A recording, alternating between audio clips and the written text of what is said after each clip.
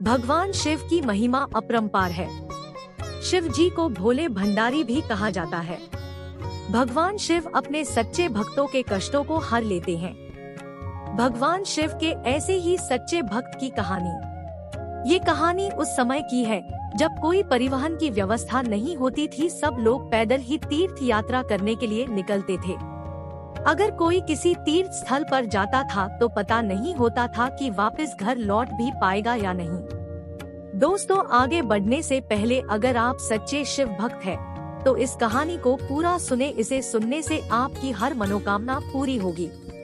और आप सभी लोगों से अनुरोध है कि कृपया करके वीडियो को पूरा देखें और वीडियो को लाइक और शेयर जरूर करें और चैनल को सब्सक्राइब करें। एक गांव में रामू नाम का व्यक्ति रहता था। वो बहुत गरीब था और खेती बाड़ी करके अपने परिवार का पालन पोषण करता था। रामू शिव जी का भक्त था और उसका सपना था कि वो अपने जीवन में एक बार केदारनाथ मंदिर के दर्शन करना चाहता था।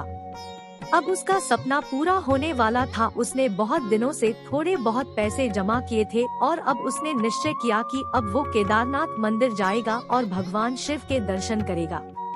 रामू बहुत कठिनाइयों के बाद केदारनाथ धाम पहुंचा। जब वहां पहुंचा तो मंदिर के पुजारी जी मंदिर के कपाट बंद कर चुके थे। रामू ने पुजारी जी से बहुत विनती की, मैं बहुत समय और कठिनाइयां सहकर महीनों बाद यहाँ पहुंचा हूँ, आप कृपया मुझे दर्शन करने दे। पुजारी जी ने बहुत विनम्रता से बोला कि इस मंदिर का नियम है कि इसके कपाट 6 महीने खुलते हैं और 6 महीने बंद रहते हैं। अगर एक बार कपाट बंद हो गए तो 6 महीने बाद ही खुलेंगे। अब आपको 6 महीने बाद ही आना पड़ेगा। यहाँ पर जीवन बहुत कठिन है क्योंकि यहाँ बहुत ज्यादा ठंड पड़ती है। आप यहाँ नहीं रह सकते। इतना कहकर पुजारी जी वहाँ से चले गए। रामू भगवान शिव का नाम स्मरण करने लगा। प्रभु, आप तो जानते हैं कि मैं कितनी श्रद्धा भावना से यहाँ पहुँचा हूँ। रास्ते में आने वाली कठिनाइयों के बाद भी मेरा मन विचलित नहीं हुआ था क्योंकि मेरे मन में आपके दर्शन की लालसा थी। रामू की आंखों से आंसू बह रहे थे। उसे भूख और प्यास भी लगी थी। कुछ समय पश्चात वहाँ पर एक साधु बाबा आए। उन्होंने उसका हालचाल पूछा। रामू ने अपनी सारी व्यथा उनको सुना दी। साधु बाबा ने उसे पीने को पानी और खाने को भोजन दिया। उसे हौसला दिया कि मुझे विश्वास है कि कल मंदिर के कपाट अवश्य खुलेंगे। साधु बाबा से बात करते करते कब रामू को नींद आ गई उसे पता ही नहीं चला। सुबह जब सूर्य के प्रकाश से उसकी नींद खुली तो क्या देखता है कि पुजारी जी पूरी मंडली के साथ मंदिर के कपाट खोल रहे थे। रामू पुजारी जी के पास गया और कहने लगा कि आप तो कहते थे कि कपाट 6 महीने बाद खुलेंगे। पंडित जी को उस भक्त का स्मरण आया कि इसने मुझसे कपाट खोलने की विनती की थी।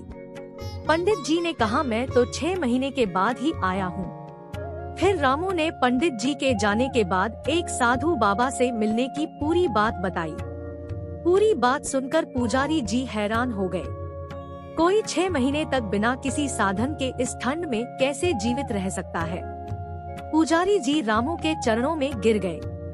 वह कहने लगे कि कितने वर्ष बीत गए मंदिर में सेवा करते, लेकिन कभी प्रभु के दर्शन नहीं कर पाया। लेकिन तुम्हारी आस्था सच्ची थी। तुम्हारी करुणा पुकार सुनकर भगवान शिव न केवल स्वयं तुम्हें भोजन और पानी देकर गए बल्कि भोलेनाथ ने 6 महीने के कालखंड को योग माया से एक रात्रि में समाप्त कर दिया। सच ही कहते हैं कि ईश्वर की भक्ति इतनी सच्ची आस्था से करो। अगर कष्ट तुम पर हो तो फिक्र ईश्वर को हो कि भक्त को कष्ट से कैसे उबारना है। ओम नमः शिवाय। हर हर महादेव।